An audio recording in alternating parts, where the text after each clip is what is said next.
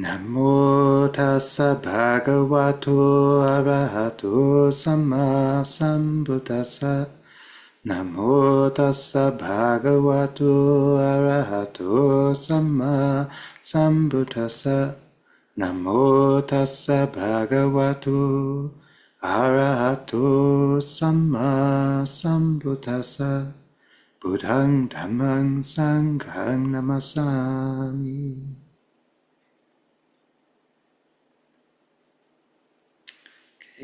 Again, good evening everybody and happy full moon. So this is the Uposatha and we are 2 months into the monsoon season. So I don't know what the weather is like where you're at. It could be rainy or not very rainy, but this is a traditional time of renewed and intensified practice, because this is a time in the monastic community at least when we're supposed to be stable. Quite sedentary, but we're supposed to stay put. We're supposed to have at least decided where we're going to stay during this period, so we're not out doing a lot of traveling. And the result of that is, since we know we're going to be in a stable place and we have to be in a shelter and we tend to be in community during this time, it's a great time to make practice determinations. And adhitthana, or determination, is a word that is actually kind of important to the notion of practice. Like precepts are an adhitthana. We determine to keep them and we practice with them. It's not like a binding vow, and there's no central authority that keeps track whether or not we keep our determinations. But it means something to us, and anybody who has tried to do a diet or learn a skill that will require a lot of effort over time, maybe picking up a musical instrument or something, you know that it requires discipline. And adhitthana is that perfection of character which helps in increase discipline, increase willpower, increase the ability to do this. And so for this period, we're determined to kind of take an extra look again, as we do cyclically, at the Satipatthana, the foundations of mindfulness.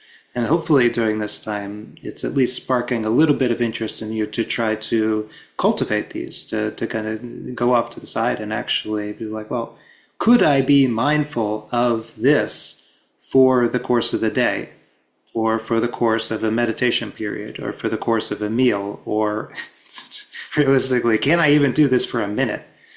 Can I keep mindfulness continuously for any length of time without getting lost? And this is something that, like willpower, it's a muscle that if we develop it, it grows strong. Yeah. Now, one of the very useful and important places to place mindfulness, but also one of the tricky places to place mindfulness, is into the area of Vedanā. And this is the second foundation of mindfulness. And this foundation of mindfulness is all about feeling tone. Now, in order to even try to be mindful of Vedanā, we have to have some conceptual understanding of what it is. And the thing is, because Vedanā, we don't get liberated from it until we get fully enlightened. There is always going to be lingering bits of delusion. So it helps to come back to it and review it and consider it and contemplate it over and over and over again, because over time we will kind of talk ourselves into all sorts of like funny, deluded ideas of relating to it. Yeah. So let's do that. Let's take a look at like, what is Vedanā? Yeah, and the first thing to know about Vedanā is, what is the word? Well, the word, I will use the word Vedanā a lot because the word feelings is very tricky. So when Vedanā is a word that means like feeling tone or the mood or the affect, but the English word feelings is usually emotion, right? Or even sensation.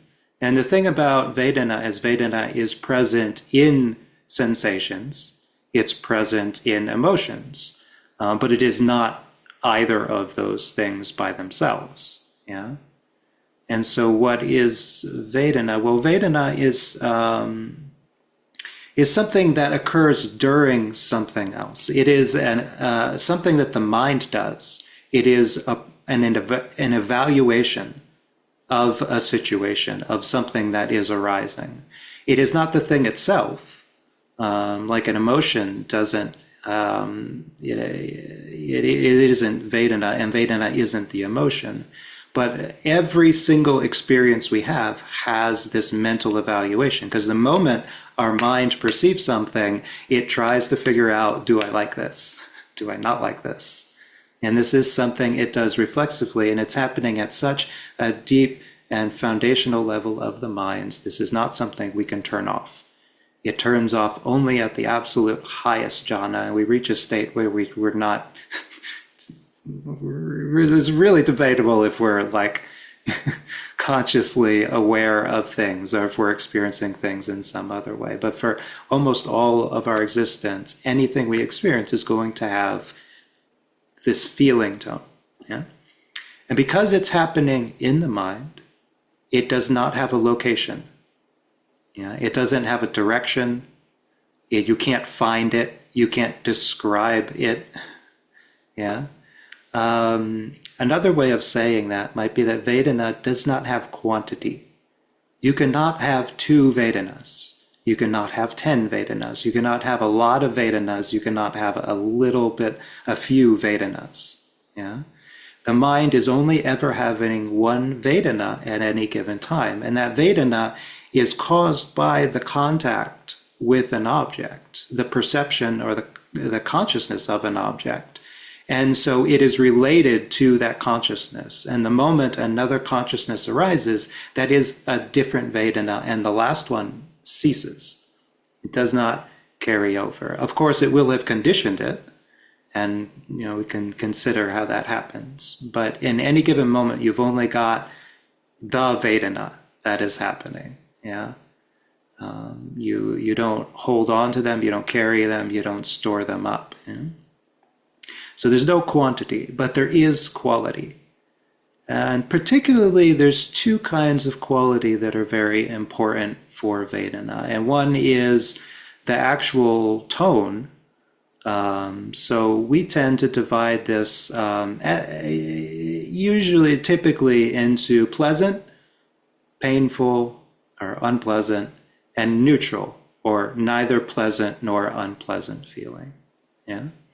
This is the typical way of dividing up Vedana. It will have this kind of quality to it.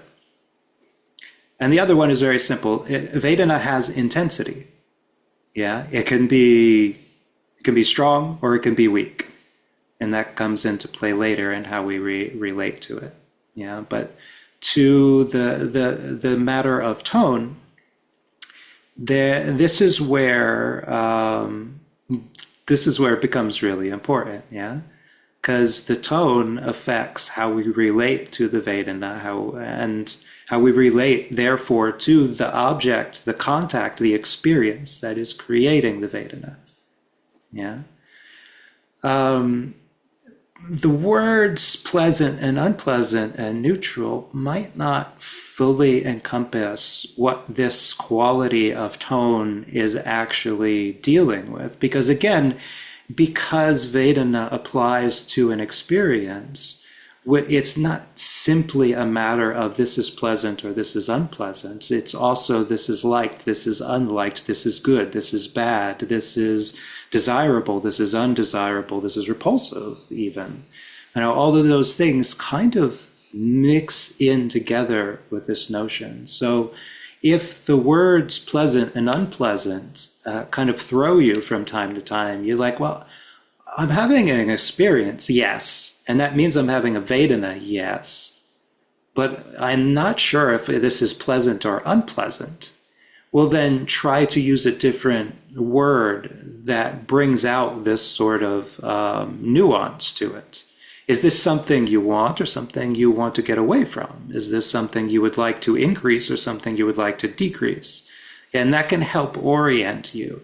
Yeah, because this tone, again, it doesn't have a location, it doesn't have a shape or a color, so we are trying our best to describe it.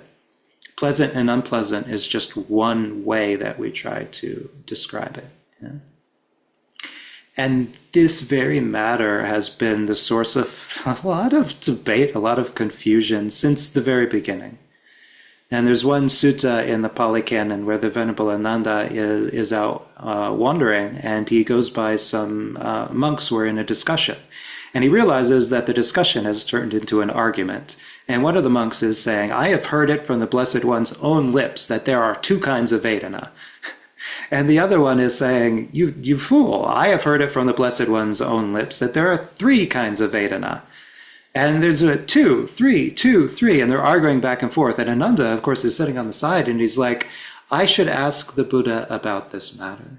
Yeah, he reserves his opinion on the matter. He doesn't get roped into it. He doesn't have to choose sides. He goes and he asks the Buddha, and the Buddha says, they're both right. There was one time when I gave a teaching that there are two kinds of Vedana, and those two kinds would be pleasant and unpleasant Vedana. And there was another time when I gave a teaching that there are three kinds of Vedana, and that would be pleasant, unpleasant, and neither pleasant nor unpleasant Vedana. And he said, and then there was a time when I gave a teaching that there were 6 kinds of Vedana. Yeah, and that is the Vedana arising at the eye, at the ear, at the nose, at the tongue, at the body, and at the mind. And there was a time when I gave a teaching that there was 36 kinds of Vedana. Yeah? And that would, do I have that right? No. Okay, now we're getting into math. But basically he said, I gave a teaching that there was this many and this many. He does multiples. Because you can have the 6 kinds of Vedana. There's the Vedana arising at each of the 6 sense bases. Or you can divide that up, and there is the 3 kinds of Vedana happening at the 6 sense bases. Yeah? So each one has its own kind of pleasant, unpleasant, and neutral. And I'm not going to try to do the math. I think you get to 108 somehow in the end. Yeah, but that's how complicated this can be, right? Because we have to appreciate, in order to really be mindful of Vedana, that the experience matters. The Vedana, the tone, is not the most important thing. Yeah, it's the experience and the fact that our mind is trying to evaluate the experience. So when we see something and we have the Vedana that this is a good, attractive, pleasant, pleasing, satisfying, desirable thing, that experience is different in the way that we will relate to it than when we hear a beautiful sound and we think that is a beautiful, pleasing, melodious sound that I'd like to listen to a bit more closely. Yeah. We have a different relationship to it. It's happening in a different sense base, and it will have all kinds of different ways of thinking about that. Yeah. So we can say that it's the same kind of Vedana. Both of them are pleasant, but at the same time, our relationship to them is going to be different because it's a totally different object in a different sphere of reality. Yeah. And all of this is to make it sound like mindfulness of Vedana is impossibly complicated. So hopefully I haven't talked you out of it. Let's circle back to the fact that this is something that we can do. Yeah. And not only that being mindful of Vedana is something that we can do, but that it is extremely valuable for us to do.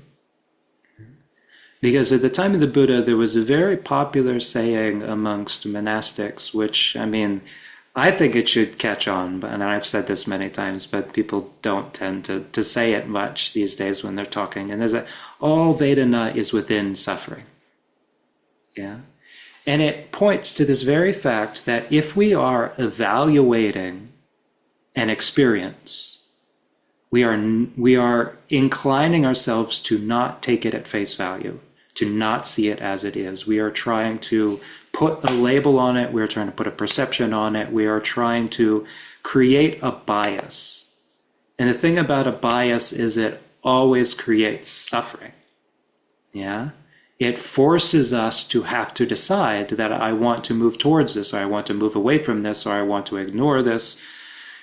And that is dukkha. That is suffering. That is a burden on the mind to have a relationship to every single thing that ever happens arising in the mind. What a burden. What a waste of energy. We can't just experience something. We have to want to get away from. We have to evaluate. We have to label and qualify everything. Yeah? And it's not something we can switch off.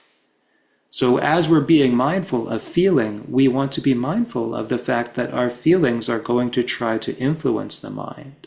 They're going to get us to try to do something about the feeling. And if we have mindfulness, we can catch that. And we can remind ourselves, that is the problem. That is the burden. That is the suffering that I carry with me. Yeah. And if we can be mindful of it, we can not act on it. We can remind ourselves that, hey, this is not new. This unpleasant Vedana that I am experiencing in relation to this thing is the same basic kind of experience I've had a bajillion times during my lifetime. Yeah, it's not new. It's not the end of the world. It's not the worst possible thing. And now that doesn't mean that just because something is painful, we can just write it off and be like, oh, this is just a Vedana. Yeah, I don't have to do anything about this. Sometimes we have to do something about it. Yeah. Sometimes we're bleeding. Sometimes our heart is fluttering. Sometimes our hair is falling out. Yes. Yeah? Sometimes we have to be like, this is unpleasant. And what am I going to do about it? But other times we can know that this is unpleasant, and we can do that moment of evaluating and say, yeah, it's just unpleasant. It's just that much. Yeah. Just because it's unpleasant doesn't mean I need to react to it, that I need to have a relationship to it in any way, shape, or form. It's just the mind doing that thing it does. And the other thing we can know is that even though Vedana always arises based on an experience, that experience doesn't own the Vedana. And I was trying to think of an example of this. And the thing about Vedana is that Vedana and perception, or the labeling, the knowing, the identifying, the remembering of objects that we also do, these happen at the same time. And they influence each other, yeah? And it's the perception specifically that's giving us this bias. It's informing our bias of whether I like it, I don't like it, I don't care about it. Okay? And just think, say you come into a room and you're thirsty and you see a glass of water and it's on a table, and also on the table is a shaker of salt, yeah? And so now coming into the room, you are thirsty, and that's not pleasant. But then you see the glass of water, and you think, oh, that's water. I am thirsty. Therefore, what happens to the water? The water becomes pleasant, right? It becomes good. It becomes attractive. Now, why? Well, it's actually because of our thirst. Yeah, the Vedana cannot arise in a vacuum. It is our perception of the water as something that can deal with our thirst that makes it pleasant. And what is the salt in this situation? It's probably quite neutral. We probably don't think about it. There's a shaker of salt on most kitchen tables that we will encounter during our lifetime, right? It's just background stuff. We don't think anything of it. But say we come up to that glass of water and we take a sip, but we realize it's salt water. That somebody has taken that shaker of salt and shaken it into the water. What happens to the Vedana? Immediately that glass of water, which was a good thing, becomes a not good thing. Because as human beings, we cannot drink salt water. Well, I mean, we can, but we shouldn't. Yeah, that's a bad idea. And so if we have any wisdom about that, despite the fact that we are thirsty, the water becomes unpleasant. It becomes useless to us. It cannot help our thirst. Furthermore, the salt in that scenario, which is the best thing if we have a bowl of really bland soup in front of us, has suddenly become bad. It's contributing to the problem. We think about the water, we think about the salt, and the salt is what made the water undrinkable, right? So the salt becomes bad. Yeah, but again, if 10 minutes later, after we found another glass of water, somebody brings in a nice big bowl of soup, that salt is immediately going to become attractive, pleasant, pleasing, the perfect condiment for this situation, right? And this is the fluidity of Vedana. When we're mindful of it, when we're paying attention to the way that our mind is evaluating, we will see that it's highly subjective. Yeah, and that the labels, the good, the bad, the unimportant that we associate with things don't belong to the object. They will change. Yeah. So typically, the first place we start developing this mindfulness is with the one object that we carry with us, our body. And any other year that we decided to cover the Satipatthana, we would have done it in order. And we would have started with the body, and after talking about the body, we would have talked about Vedana. We would say, you've been developing mindfulness of the body, now be mindful of the pleasant and unpleasant and neutral experiences that you are experiencing with your body. Yeah? But we've done it in reverse order, so why don't we just keep going with that theme? And you have a view, you have an opinion, you have an idea, you hear something, and you decide if it's annoying, if it upsets you, or if it's pleasing, you agree with it, right? How does that affect your world? How does that affect your relationship to the information? How does that change the way that you speak and act? Yeah? Does it improve your day, or does it ruin your day?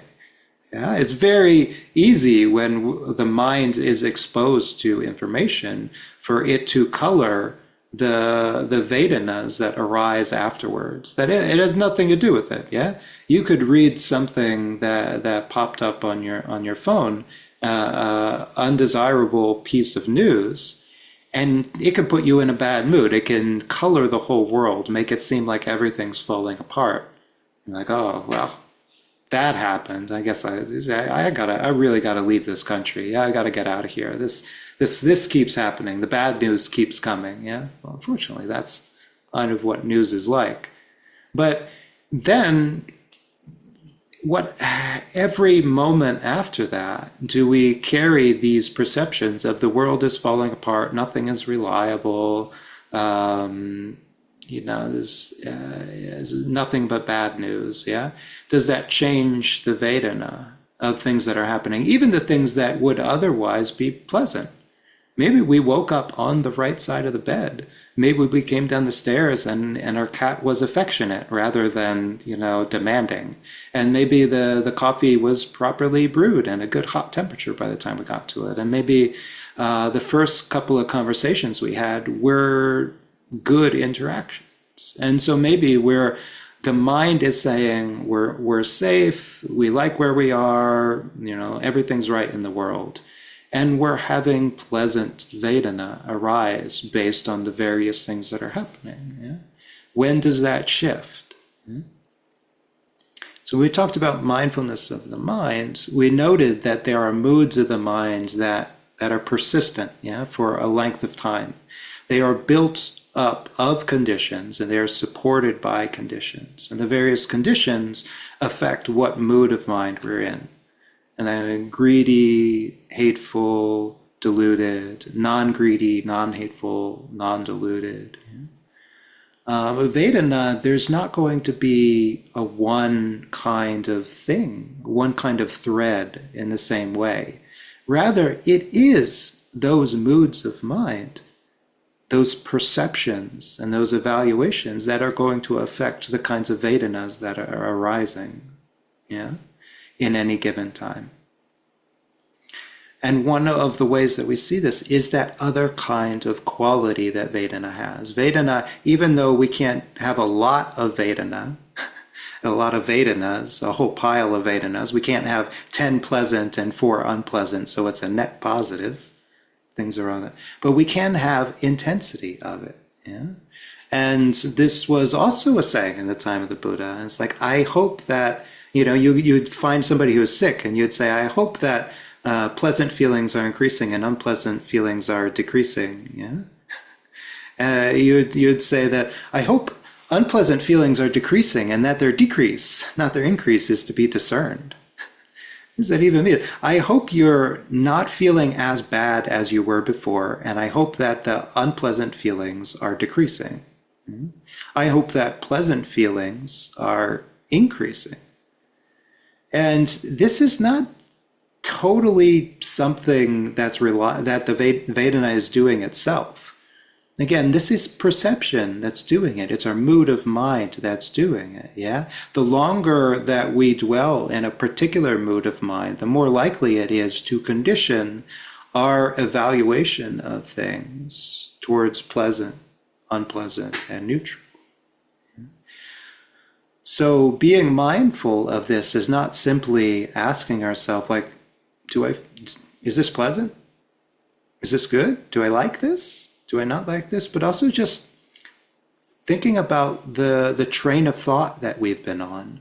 Thinking about over the last 5 minutes, how have I been responding to the stimuli that have been arising?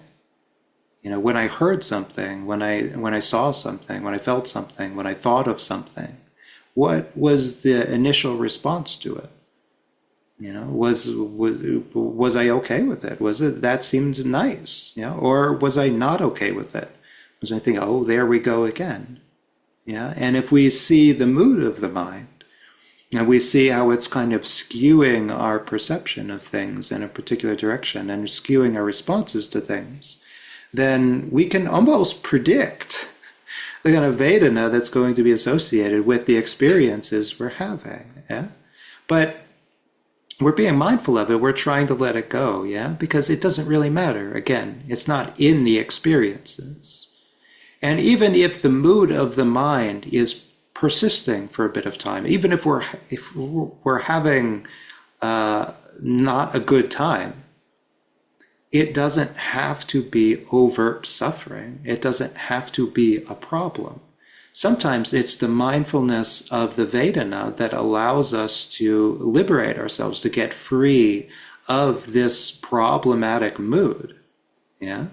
The moment that we can say, this feels unpleasant, and that's all it is. It just feels unpleasant, and I'm going to try to not react to it, is the moment that we've gotten a measure of control back of this reactionary part of the mind, yeah? The moment that we're not reacting is the moment that we can start to build up a sense of mindfulness and intention that will allow us to just take actions to improve our situation. Likewise, when we experience pleasure, I wouldn't want to leave that out. How do we relate to that? A lot of the times when we experience pleasure, we tend to settle. Yeah, and that can be a good thing in some contexts. It's kind of the basis of how we settle into samadhi and composure of mind. But in a worldly sense, when we experience something pleasant, we stop doing the thing that caused it. We focus so much on the pleasantness of the experience that we lose track of exactly all of the different things that we were doing. Do we stop making decisions and we start trying to hold on to the feeling? Yeah. It's, oh, this feels so good. You're eating something. It's like, oh, this is the most delicious thing. And we keep trying to tell ourselves, oh, this is the most delicious thing. This is the most delicious thing. Even as with each bite, it becomes less and less pleasant, right? The intensity goes down. Why? Because the pleasure would have come from the fact that it was satiating us. It was supplying a need. Yeah, and as we get more and more of it, the need goes down. Therefore, the pleasure of the experience goes down until we get to the point where we are beginning to overeat. And then unpleasant feeling is going to start to arise. And if we get latched on to the pleasantness of the experience, we keep telling ourselves that this is the best food, this is the most, so guys, this is really hitting the spot. We can miss the point where that's not even accurate anymore. where the pleasantness that was dependent on certain conditions is no longer arising. And the situation has actually become unpleasant. And we're kind of stuck. How many times do we try to fix an unpleasant situation by keep doing the thing that we were doing as though we will get a different result? Yeah. Whereas if we're mindful and we say, oh, wow, I must have been really hungry because this tastes amazing. Yeah. And we eat some, and we realize that we have dealt with the hunger, we have dealt with the thirst, a basic condition of the body. We can start to catch that point like, okay, when will I have enough? Yeah. And if we're mindful, if we think of pleasant Vedana in this way, if we're mindful of the fact that it's dependent on the situation, it's dependent on the context, then we will actually be expecting the pleasantness of this experience to diminish. Yeah? And we'll catch it when it does, and we'll be planning.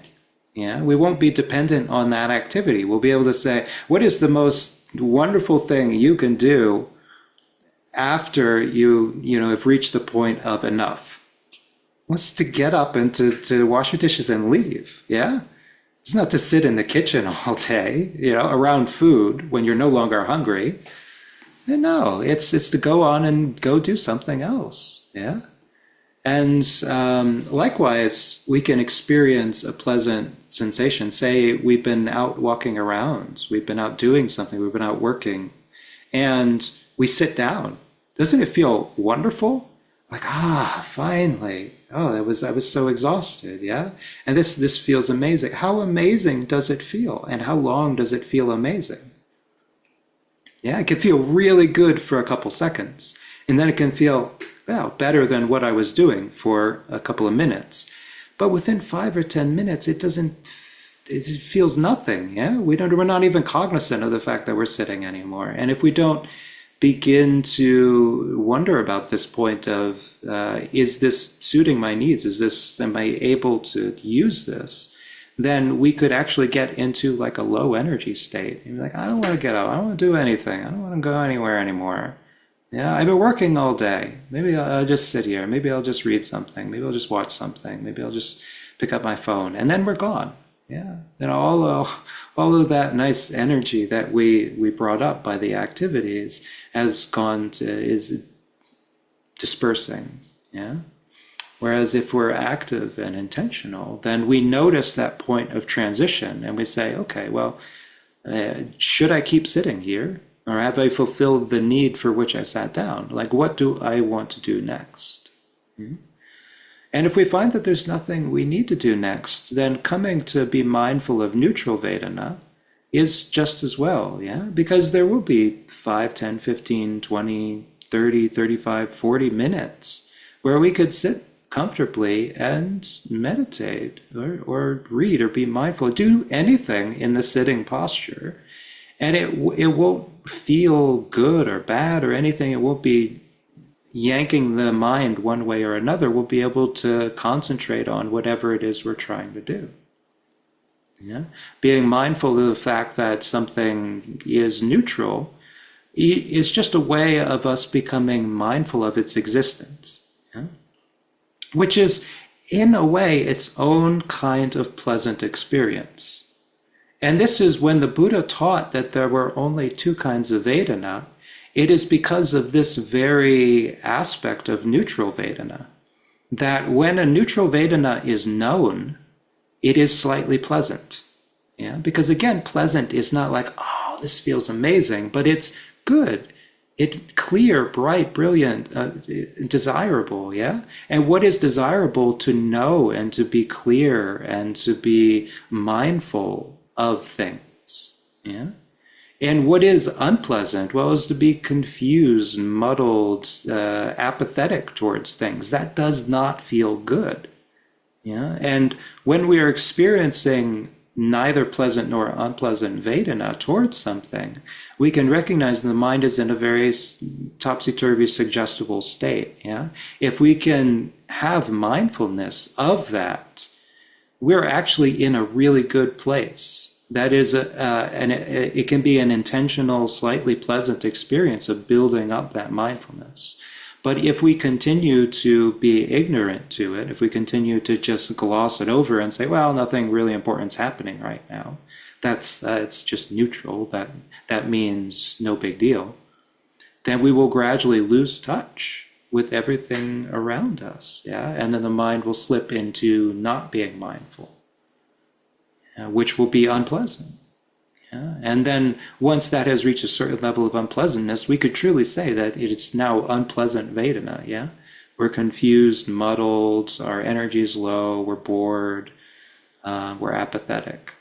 Yeah? And those are not good moods. It's not a good mind state to be in.